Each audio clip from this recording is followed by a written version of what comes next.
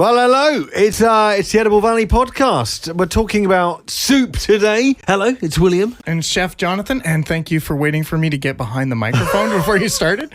You weren't even there, and I just thought, come on, let's keep him on his toes. How are you doing? Good. I'm feeling that this has to be a quick podcast today. Oh, really? No, I'm not at all knackered. No, it's gonna be what it is. It's a soup podcast, and it's good to have you along.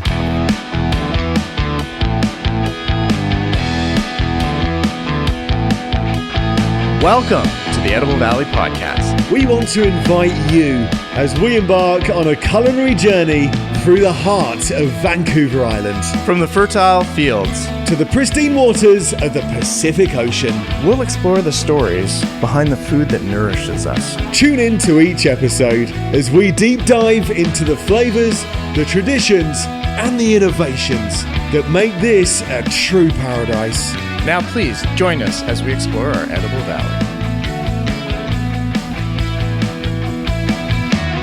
So today, it was honestly for me the first kind of cold day of the year. Now you mentioned it as well. Are you sensing a little chill in the air? It's getting a little chilly because I've just done a couple podcasts as well. We were out at You've been doing podcasts behind my back? Yeah, a little bit. Well, because it was hitting up people that you weren't around for. And I invited you, but you were busy. Because I didn't get invited. No, okay. No, I appreciate that. You're keeping things going. I'm keeping it going. So I got to talk to Chef Avi, who just did the dinner at 40 knots. And I was calling it 40 knots at 40 knots because it was blowing something crazy. Oh, yeah. That's actually quite a good joke. You should write that down. I did write that down. I told many of people, it's not often I get one. So, so I was just thinking about that with the weather and stuff. Maybe we should talk a little bit about soup and warming the soul. I mean, it is definitely soup season, isn't it? It's not borscht. Not the borscht season. We could talk about borscht. Okay, all right, fair enough. All right, I'm the layman. But no, it is definitely soup season. And it's so easy at this time of year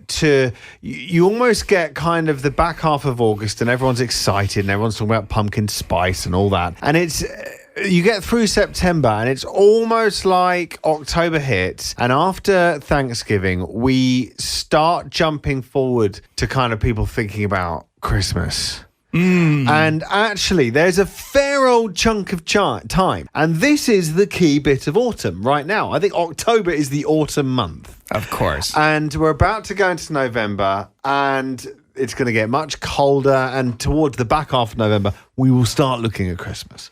But for now, this is soup season, middle of everything's orange, and it is the autumn. It is the time. Now, I'm going to do a little plug for Christmas because you brought it up. Okay. Because the North Vancouver Island Chefs Association is planning to do a back to basics. So one of our classes... One minute. What's the abbreviation of them? NIVCA. NIVCA, as you like to say. So we're going to be doing one of our back to basics at the farmer's market.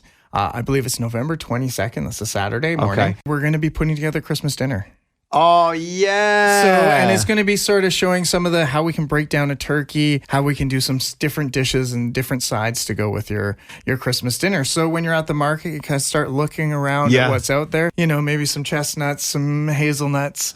Let's see if we can find some cranberries and see where we can go from there. Exactly. At that time, you can start to think there are some things you can think about maybe buying. We can talk a little bit about soups and why soups matter, right? Let's get real, is because soups are universal, right? Every culture has a version of soup in their traditional food making. Anywhere around the world, right? All right, I want to shoot some countries at you. Okay. Can you tell me what you think their soup culture probably is? Oh, let's go for it. All right, I'm going to stretch your knowledge a little bit. This is just off the top of the cuff here. Yeah, spinny wheel. You'll get your turn. Din, din, din, din, din, din. Tonga. So it's kind of middle of Africa. I feel like that's like a nice stew of some sort. Yeah. Something very brothy with vegetables. Yeah. And there's going to be some meat in there. Yes, definitely. Definitely like goat, something like that. I'd definitely. Imagine. Yeah. That'll be really, really good. Yeah. And some nice vegetables in there. Yeah. Delicious. I don't have a name for that soup. No. It's true though, isn't it? You're looking at the landscape and you're saying this is probably what it's going to be roughly. Yeah, and that's how most of these things. So that's like you were saying, borscht, right? Which is a very deeply Russian, Ukrainian style dish. And what it is coming up with those vegetables in the root cellar, that are holding up. So like your beets and cabbage and onions and stuff like that. Bring them up and cook them with maybe some potatoes. So in the cold of winter, you have something nice and warm and hearty that's going to fill your soul. And so I think that's why I wanted to talk about soups today, to find those things that warm your soul. All right, you're just trying to be too profound. You're taking the podcast up, Market. Spin the spinny wheel. Go on, spin the spinny wheel. We'll do one more. Iceland. So you're talking, there's a lot of fish. Definitely. Because I've been there. We had the rotting whale meat when we were there. Right. But we're talking about what I think an Icelandic soup would be like. And actually I'm gonna Google this. I have to do this too. I love how you set me up on stuff that I'm not really prepared for. Tonga and ready to Iceland. go on, Are you looking it up? Have you pressed go? I am trying to, but no, I'm stop.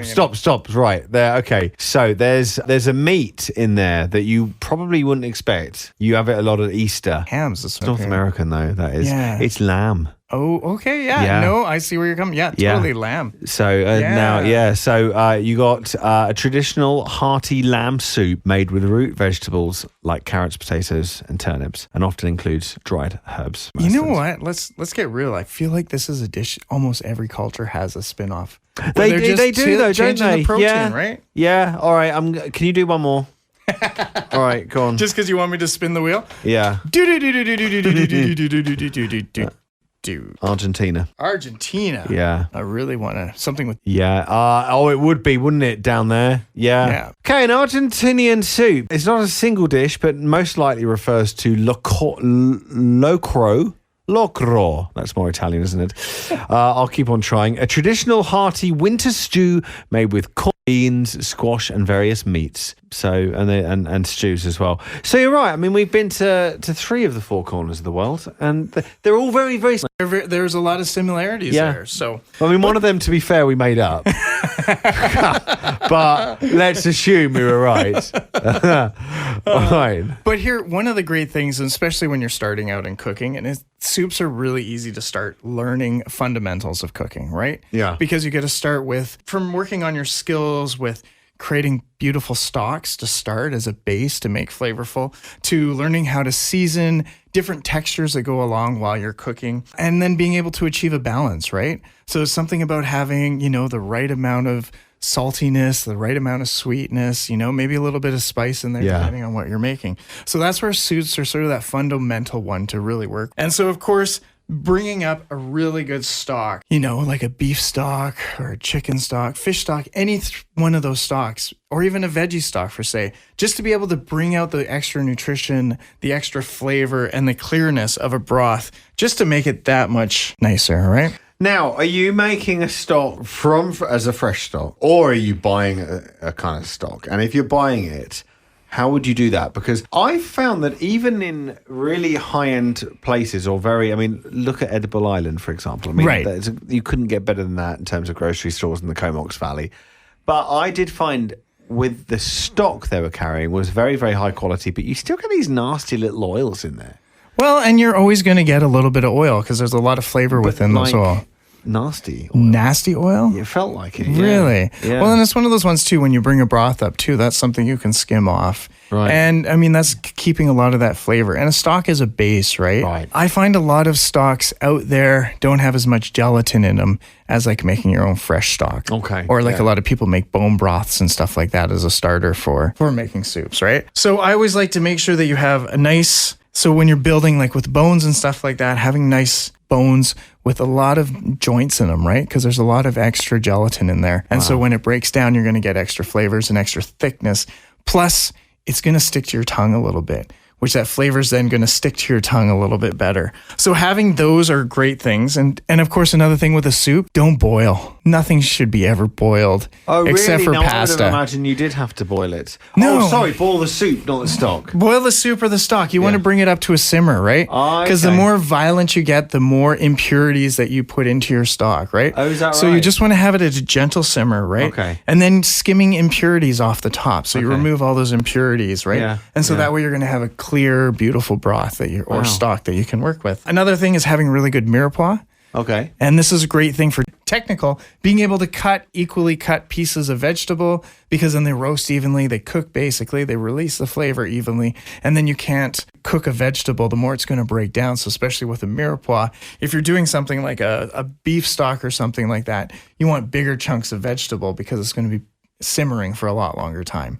So because of that, it's not going to, if you use really tiny chunks, they're all going to break down into nothingness and dissolve into your stock and give you cloudiness. Right. Okay. So those are some of the things that you're looking at when you're playing around with stocks, is really having nice product to start with, nice clear stocks, and that's just going to transfer as you go away. Beautiful. You want to get some types of soups. Yeah, I want to know about types of soups. Okay, so we really work with 3 basic types of soups. Can I guess? Yes. Is broth one? Well, that would be close. Yeah. Because we can sort of go a little either side of that way, but just go with a clear soup. A clear soup? Yes. Okay. Which would be like a broth soup or a consommé. Okay. Which is basically a stock that's had a raft go through it to pull all the impurities out of it. So basically you put some mirepoix, maybe some more meat that, like if it's a beef, some ground beef in there, and then a bit of egg whites, and you start from cold.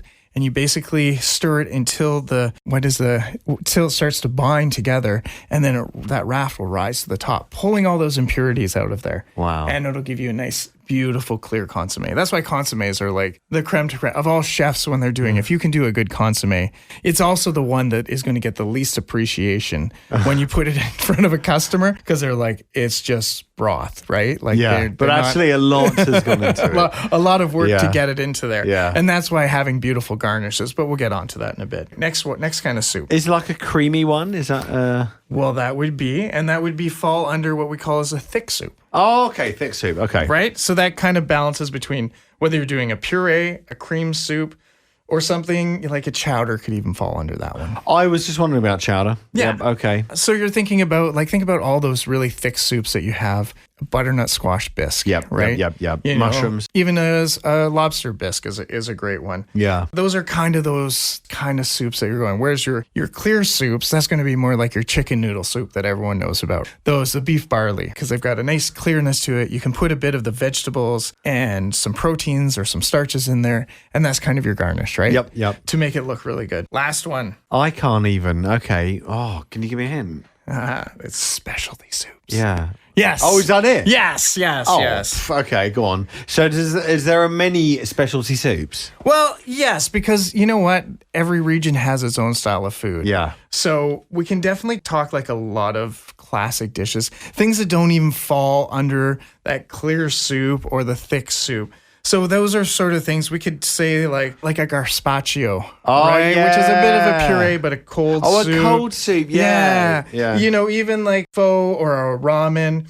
And even, I would even say as much as, which I just said, is a bisque, like a nice bisque, or even a nice clam chowder, right? Yeah. Like a thick chowder with potatoes and chunks. So you're sort of combining a clear soup with a little bit of, so if it's a soup that doesn't fall under that traditional sort of thing, we sort of say it's a specialty soup. I was going to ask, you know, a lot of Asian countries like their soups. Of course. I feel that they're very, but not even, like in the West, we tend to say, well, it's soup season at the moment. It's the autumn. This is what we do. But it seems to be very much a part of the Asian culture to have soupy kind of things every day, like noodles with soup and things like that. So would that be considered a specialty, or is this kind of with a Western I would definitely consider that as more of a specialty soup, because it's a little outside, because it's stealing techniques from both ends. Right, okay, and sort of giving you a little bit of option to work with. So when you're thinking about most of your thick soups, like we've all had thick soups, you know, like even like a nice tomato soup can be considered a thick soup, right? You know, a little bit of cream in there, cream of mushroom, you know, all of those sort of things. So if it's clear and brothy, that's going to be more of your clear soup.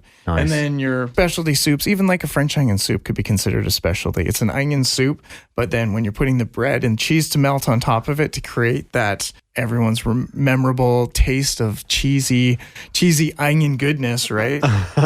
We can put that under that bowl. So let's get on to and I was saying it's so great that this is be able to develop some of the key skills that you need to make a good soup.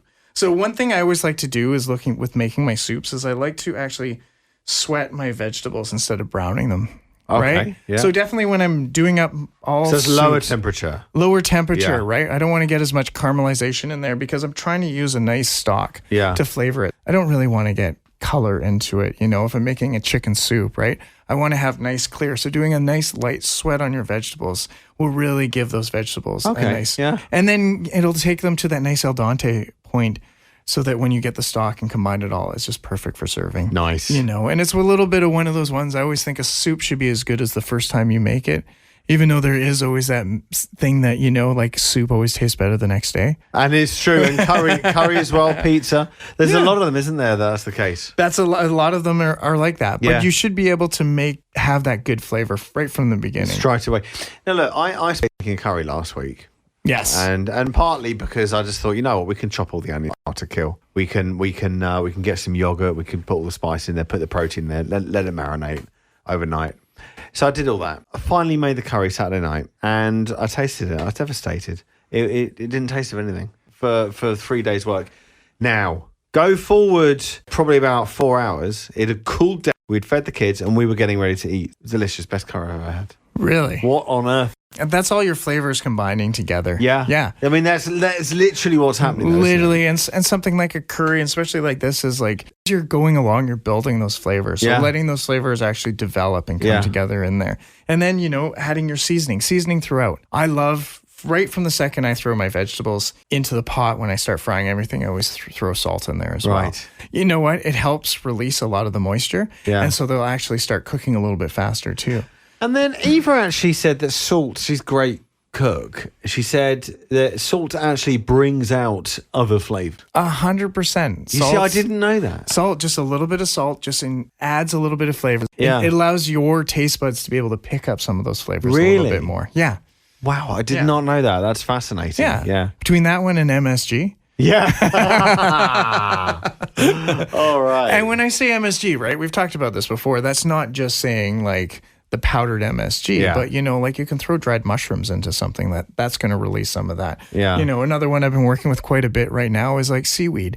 Right. It's so incredible just to throw that in there, just to release that flavor. And it's just full of umami, which just intensifies all the other flavors in there.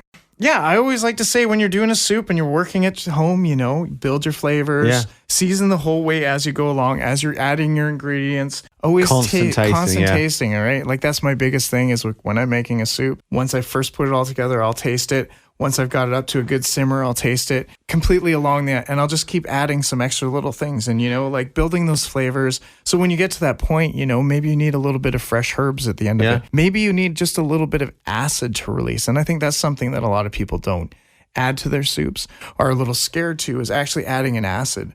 So I even like when I'm doing a cream soup, I'll add a little bit of lemon juice right at the end. Not a lot to separate or split it, but just enough just to amplify some of those flavors in there. It's so important though, isn't it? And now, when you're in a restaurant kitchen and you would expect the chef to be constantly tasting things, is there a protocol for how they do that? Are they allowed to like use the same spoon all the time? For stuff like no. Or they absolutely, it has to be once and then clean it? Once and clean. Yeah.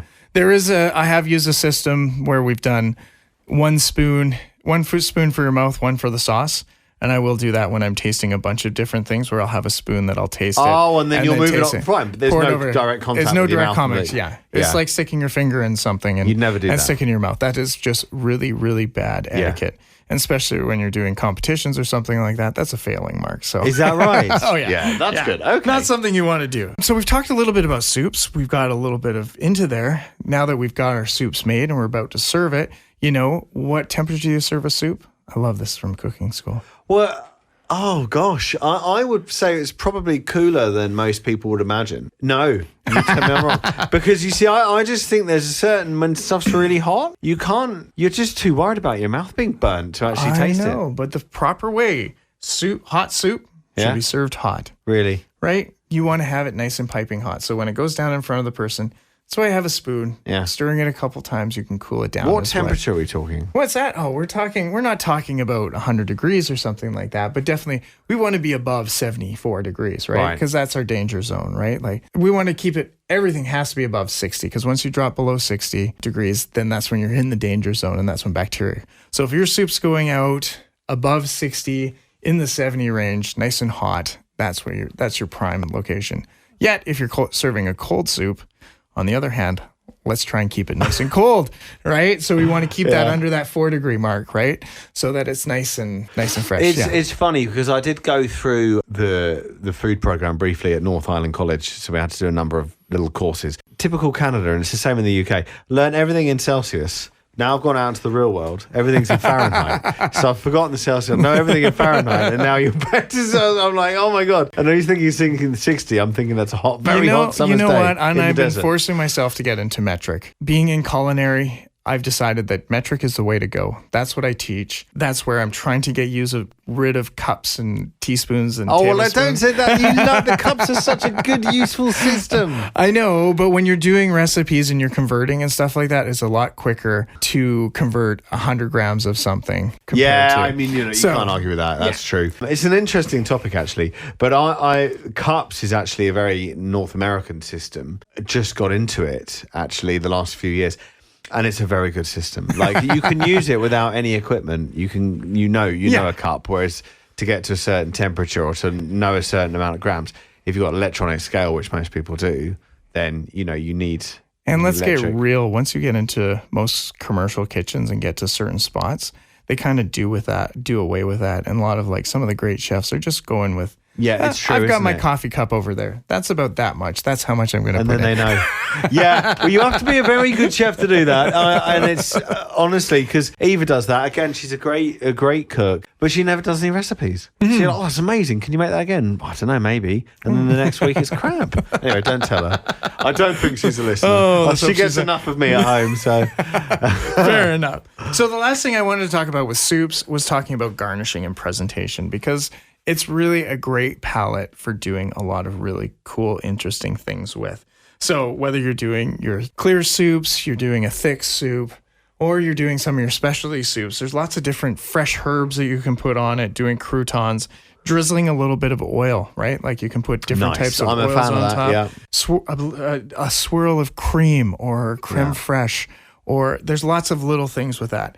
As well as if you get into the higher levels and we get into consommes, there's a whole bunch of different consomme garnishes, which are classic ones from a Royale to just julienne vegetables in there. So there's a lot of different techniques and a lot of things, but it is a really interesting canvas to be able to put interesting garnishes on it. So it's an art in its own right. Yes. Not to be forgotten. Great. Well, I really enjoyed it. It's only 30 minutes. Really? Yeah.